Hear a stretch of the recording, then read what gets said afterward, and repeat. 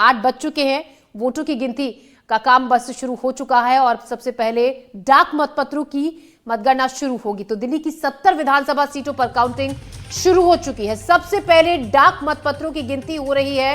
19 मतगणना केंद्रों पर सुरक्षा के व्यापक बंदोबस्त किए गए हैं। आप और बीजेपी दोनों का जीत का दावा है। कांग्रेस भी ये दावा करने से वैसे पीछे नहीं रह रही है। एनडीटीवी पर सबसे तेज और सबसे सटीक नतीजे हम आपको दिखाएंगे। तो सबसे पहले डाक मतपत्रों की गणना शुरू हो रही है। 8 बज चुके हैं, काउंटिंग शुरू हो चुकी है और हम आप तक लगातार पल पल का अपडेट भी पहुंचाएंगे।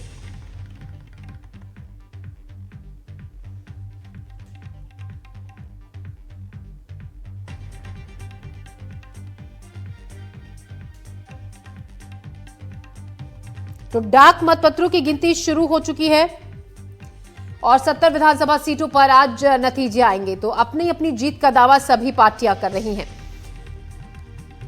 कौन चुनावी मैदान में इस रण को जीतेगा, ये देखने वाली बात होगी।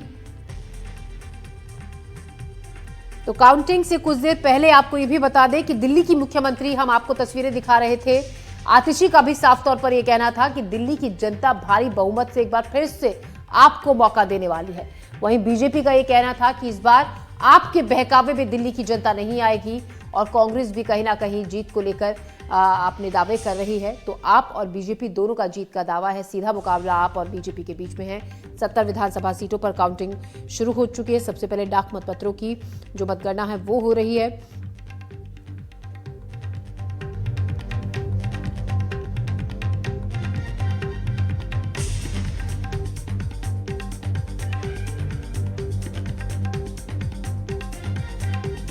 और हमारे साथ इस वक्त 2 मेहमान भी जुड़ गए हैं। अजय रंजन है हमारे साथ, बीजेपी स्पोक्सपर्सन, और धर्मेंद्र शर्मा है, कांग्रेस स्पोक्सपर्सन। आपका स्वागत है और हमसे जुड़ने के लिए शुक्रिया। अजय जी, सबसे पहला सवाल आपसे, आज बस सबसे कुछ ही देर में देखिए धीरे धीरे रुझान आने शुरू हो जाएंगे। डाक मतपत्रों की गणना शुरू हो चुकी है। क्या कहते हैं? दावे तो सभी कर रहे हैं जीत के, बीजेपी भी बहुत आश्वस्त इस पर नजर आ रही है। ज्योति जी, मुझे लगता है कहीं ना कहीं दिल्ली की जनता ने जो मन बना लिया है, उस मन का जो प्रतिलक्षण है, हम अब जैसे ही ईवीएम खुलेंगे तो निश्चित रूप से एक भारतीय जनता पार्टी की स्पष्ट बहुमत वाली सरकार आने जा रही है। क्योंकि हमने देखा कि विगत 2 कार्यकालों में अरविंद केजरीवाल जी ने जिस प्रकार से दिल्ली की स्थिति कर डाली है, आज दिल्ली का प्रत्येक आम नागरिक इस बात से परेशान है कि जिस आम आदमी को उन्होंने सत्ता दी थी और उस पर भरोसा किया था कि जो राजनीति बदलने आए थे, उन्होंने राजनीति तो नहीं बदली लेकिन वो खुद बदल गए।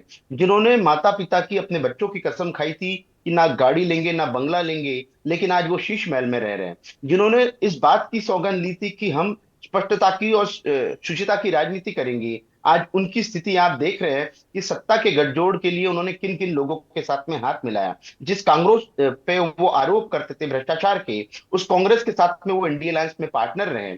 तो सिर्फ और सिर्फ अरविंद केजरीवाल जी ने देश के एक सामान्य व्यक्ति, जिसने भरोसा किया था कि कहीं बदलाव लाने वाले लोग हैं, सामान्य से दिखते हैं, लेकिन उस सारे विश्वास को तोड़ने का काम यदि किसी दल ने किया तो वो आम आदमी पार्टी है। और आज दिल्ली की जनता ने जो 2025 के विधानसभा चुनाव है, वो स्पष्टता के साथ में फिर से जन आकांक्षाओं का सम्मान करने वाली, हमेशा से जनहित को अपने पार्टी की नीतियों का केंद्र बिंदु रखने वाली भारतीय जनता पार्टी को सत्ता दोपने का जो दिल्ली की जनता ने मन बना लिया है, उसको हम अब जब ईवीएम खुलेंगे उसको देखेंगे। और दिल्ली का चुनाव ज्योति जी इसलिए भी बहुत मायने रखता है कि दिल्ली वैसे भी नेशनल कैपिटल रीजन में आता है और महत्वपूर्ण ये है कि यहाँ का जो संदेश होता है वो पूरे देश में जाता है। लेकिन हमने देखा कि दिल्ली को झूठ फरेब की राजनीति के लिए, भ्रम फैलाने की राजनीति के लिए उसका कैपिटल बना दिया था अरविंद केजरीवाल जी ने। और जिस प्रकार से देश की संवैधानिक संस्थाओं पर, देश की जांच एजेंसियों पर आरोप प्रत्यारोप की राजनीति अरविंद केजरीवाल जी करते थे, कहीं ना कहीं हमारे पुलिस का मोरल डाउन करने के लिए, जो हमारी इंडिपेंडेंट इन्वेस्टिगेशन एजेंसियां थी उनका मोरल डाउन करने के लिए अरविंद केजरीवाल ने भरसक प्रयास किए।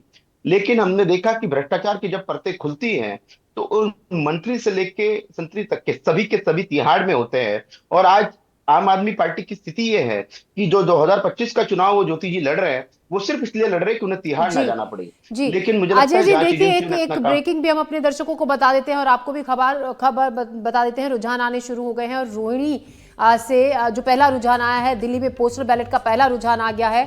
रुझानों में आरके पुरम से अब बीजेपी आगे, इस वक्त की बड़ी खबर। और रोहिणी से तो बीजेपी को बढ़त मिली है। दिल्ली में पोस्टल बैलेट का पहला रुझान सामने आया है। आरके पुरम से बीजेपी को बढ़त मिलती हुई दिख रही है। रुझानों में पटपड़गंज सीट से बीजेपी को बढ़त।